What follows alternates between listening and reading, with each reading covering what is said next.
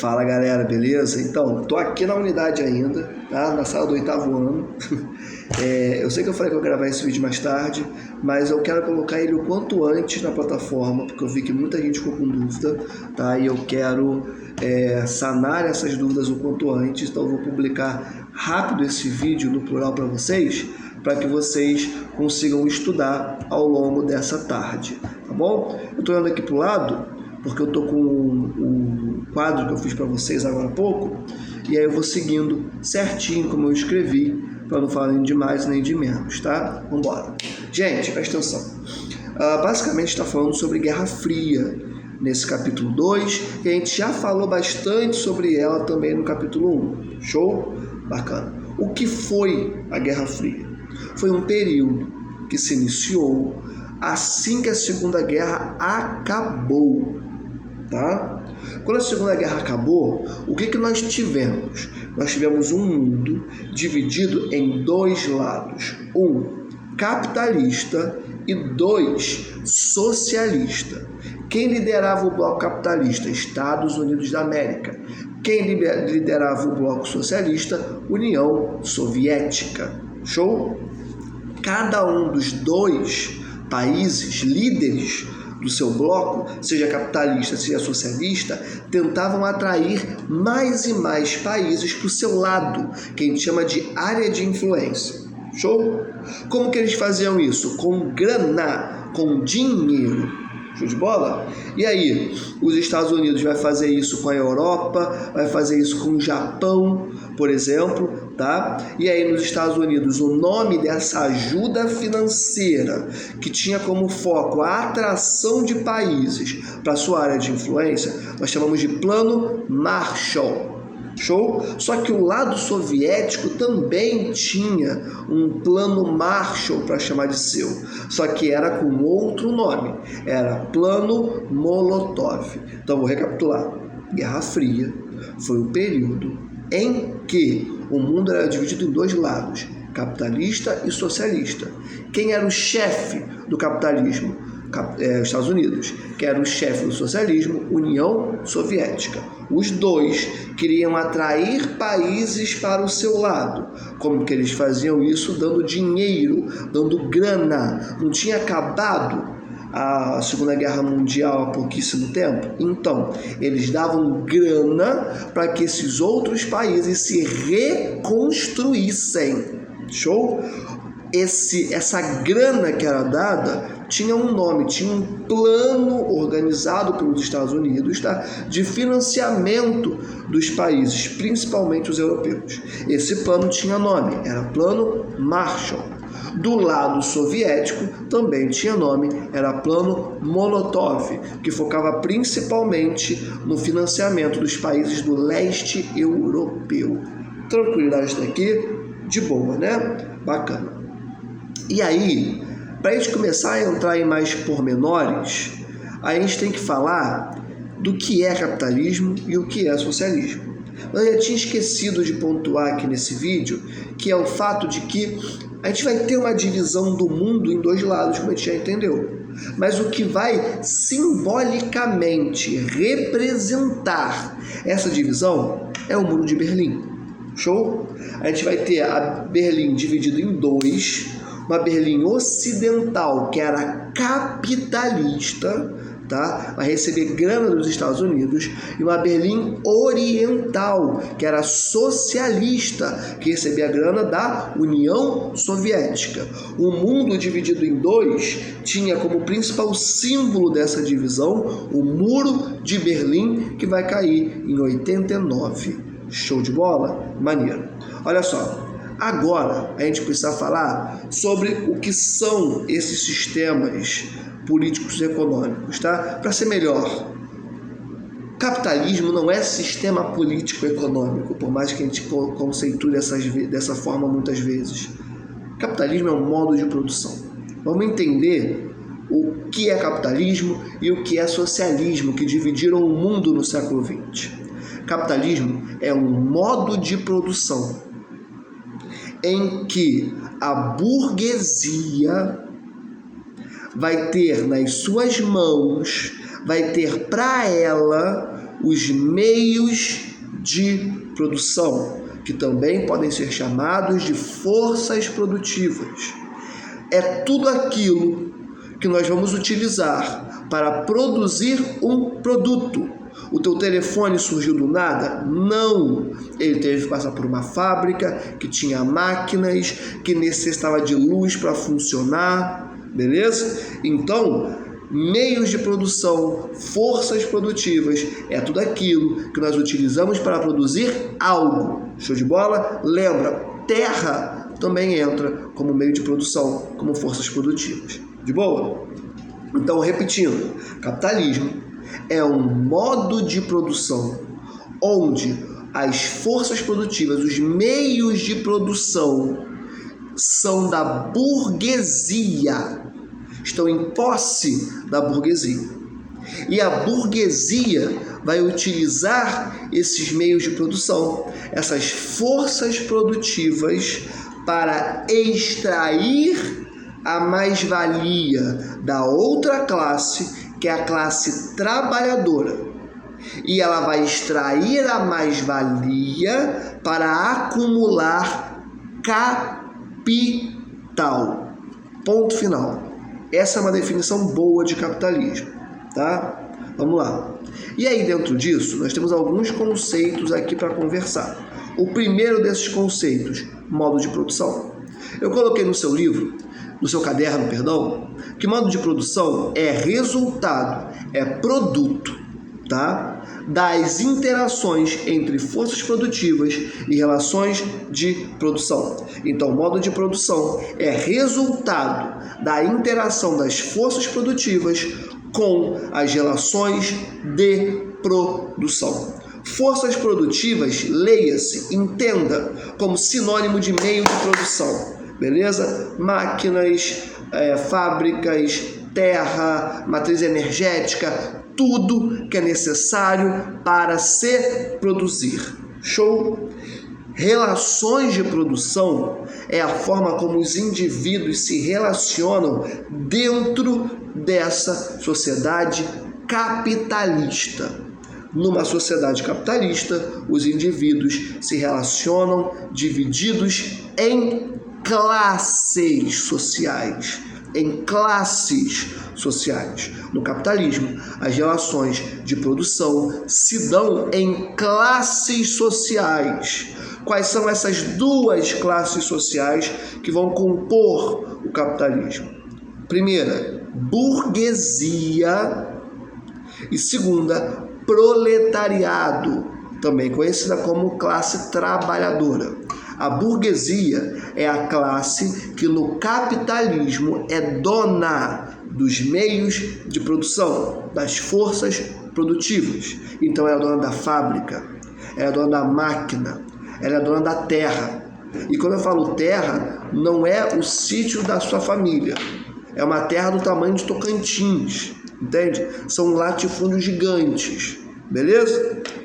Então, bom ter isso em mente. Tá? Então, a burguesia é a classe que no capitalismo será a dona dos meios de produção, será a dona das forças produtivas. Show? E a classe trabalhadora? A classe trabalhadora, ou também chamada de proletariado, é a classe que no capitalismo não tem nada, não tem posse de nada, a não ser a sua força de trabalho. Então, no capitalismo, a outra classe, que é a classe trabalhadora, o proletariado, ele não tem nada. A única coisa que ele tem é a sua força de trabalho. Até aqui, tranquilo? De boa? Então, quando a gente pensa em relações de produção, elas se apresentam no capitalismo, numa sociedade que é dividida em classes. E as classes são essas que eu acabei de falar: burguesia e proletariado, e suas definições eu acabei de apontar. Show de bola? E forças produtivas são o equivalente de meios de produção, aquilo que você usa para produzir algo. Modo de produção, ele surge da interação de forças produtivas com relações de produção. De boa? Vamos seguir. Propriedade privada é o quê? Propriedade privada, segundo Adam Smith, é o quê? É a livre disposição da força de trabalho de outrem. O que significa dizer isso? É quando um indivíduo ele pode usufruir do trabalho de um outro indivíduo. Show de bola? No capitalismo, nós falamos da propriedade privada dos meios de produção. O que significa dizer isso? Vamos traduzir essa frase. Lembra, a frase é propriedade privada dos meios de produção. A tradução dessa frase é a seguinte: livre disposição da força de trabalho de um outro indivíduo a partir da posse dos meios de produção. Então a burguesia vai dispor livremente do trabalho da classe trabalhadora, da força de trabalho da classe trabalhadora. Por quê? Porque ela, burguesia, é a dona dos meios de produção, dos meios necessários para se produzir. Então, máquinas, fábricas, terra. Show de bola? Maneiro. E a classe trabalhadora, como ela não detém esses meios de produção, a única coisa que sobra para ela é vender a sua força de produção para a burguesia e receber em troca um salário. Beleza? Então, quando a gente fala em propriedade privada dos meios de produção, nós estamos falando do quê? Nós estamos falando da livre disposição do trabalho de outros indivíduos a partir da posse dos meios de produção, das forças produtivas. Suave? Tranquilo? Maneiro. Dando sequência. O próximo conceito é o de capital. No seu caderno eu coloquei valor que gera valor, riqueza que gera riqueza. O que significa isso? Capital é dinheiro? Não. Mas capital pode ser dinheiro? Pode. Caraca, Almir, como assim? Imagina o seguinte: um burguês, que é aquele que detém os meios de produção, é dono das forças produtivas, ele vai ter grana. Show de bola? E com essa grana, ele vai comprar mais meios de produção, mais forças produtivas. A partir da posse desses meios de produção, o burguês vai ganhar mais dinheiro, vai lucrar mais. Lucrando mais, ele vai comprar mais meios de produção. E assim sucessivamente. É uma roda que nunca acaba e que nunca pode acabar no capitalismo. Beleza? Essa é a principal intenção do burguês. E como que ele faz isso? A gente vai chegar daqui a pouquinho, tá? Então, de novo, capital é dinheiro? Não, não é. Mas capital pode ser dinheiro? Pode. Mas como que ele será dinheiro? Quando o burguês ele pega esse dinheiro e ele usa para comprar novos meios de produção. E aí esses novos meios de produção vão gerar mais dinheiro, que ele vai usar para comprar novos meios de produção, que vão gerar mais dinheiro, que vão ser utilizados para comprar mais meios de produção, e fica essa roda infinita. Tranquilo? Então, para ser sintético, capital, grana, dinheiro, mais meios de produção, que vão gerar mais grana, que vão comprar mais meios de produção, e é um ciclo que não acaba. Show! Próximo conceito, mercadoria. Mercadoria é o centro das relações sociais no capitalismo. Show de bola? Mercadoria. A mercadoria é tudo aquilo que você produz para uma outra pessoa ou outras pessoas e que pode ser vendido no mercado. Beleza? O operário que produz um iPhone, ele não produz para ele, até porque ele nem tem dinheiro para comprar um iPhone. Tá? Então ele produz o iPhone para outra pessoa, para outras pessoas, e esse produto, essa mercadoria será vendida no mercado.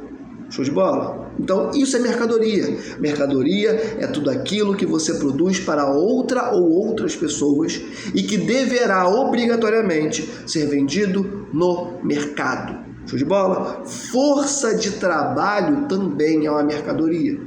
Ué, você não está trabalhando? Você está trabalhando para uma outra pessoa.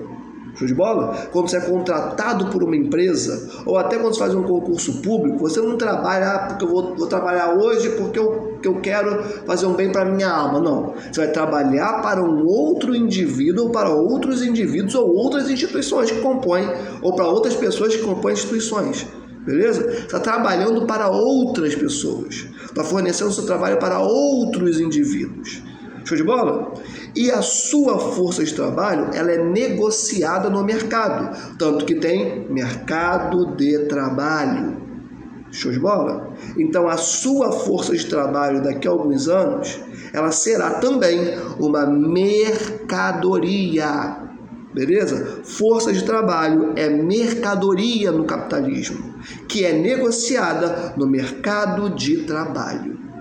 Show?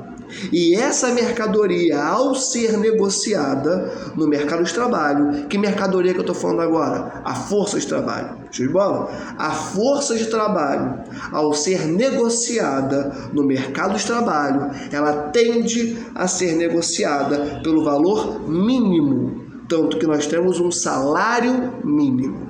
Show? Vamos dar sequência. Próximo conceito fundamental, valor. O que é valor? É a quantidade de trabalho que a sociedade entende que foi empregada para se produzir uma mercadoria. Então, o iPhone, ele tem um preço muito alto, porque o valor dele é muito alto. Valor e preço são coisas diferentes, tá? O preço, ele simboliza o valor de um produto, tá? Dá para falar dos dois conceitos juntos, né? Porque o preço é a expressão em dinheiro do valor. Ele simboliza o valor de uma mercadoria. Tá? Então o preço do iPhone é muito alto porque o valor do iPhone é muito alto. A sociedade entende que a quantidade de trabalho empregada para construir um iPhone é muito alta. Por isso, o seu valor também é alto. Logo, o seu preço, que é a expressão em dinheiro do valor, também será alto. De boa?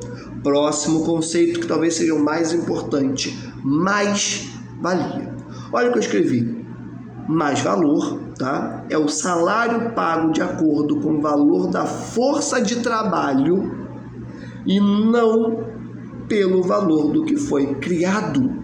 Mais-valia é quando o indivíduo recebe um salário não pelo valor daquilo que ele produziu, mas pelo valor da sua força de trabalho, que lembra, sempre é negociada no mercado de trabalho pelo mínimo.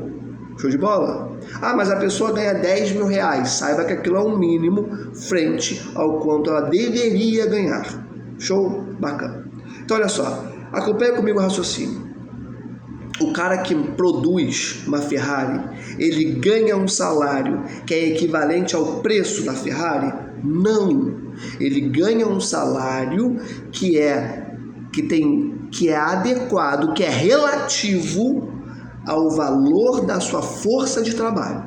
Então, se para um mercado de trabalho, um operário que vai montar uma Ferrari, a força de trabalho desse operário custa R$ 2.500, ele pode produzir 10 Ferraris no mês. Ele vai ganhar de salário R$ 2.500. Aí você pode me perguntar, professor, entende mais-valia? Mais-valia é o salário pago ao trabalhador de acordo com a sua força de trabalho e não de acordo com o valor da mercadoria que ele produziu. Mas tem uma diferençazinha aí. Porque olha só, se a Ferrari custa 1 milhão e o cara ganhou 2.500, tem um gap no meio do caminho, né? Tem um grande vazio no meio do caminho. Para onde que vai esse vazio? Vai para o bolso do burguês, que ele vai utilizar esse gap, esse vazio, né, essa diferença, melhor dizendo, para comprar mais meios de produção. E aí a gente volta para o conceito de capital. Sacou? Pessoal, esses são os principais conceitos do capitalismo.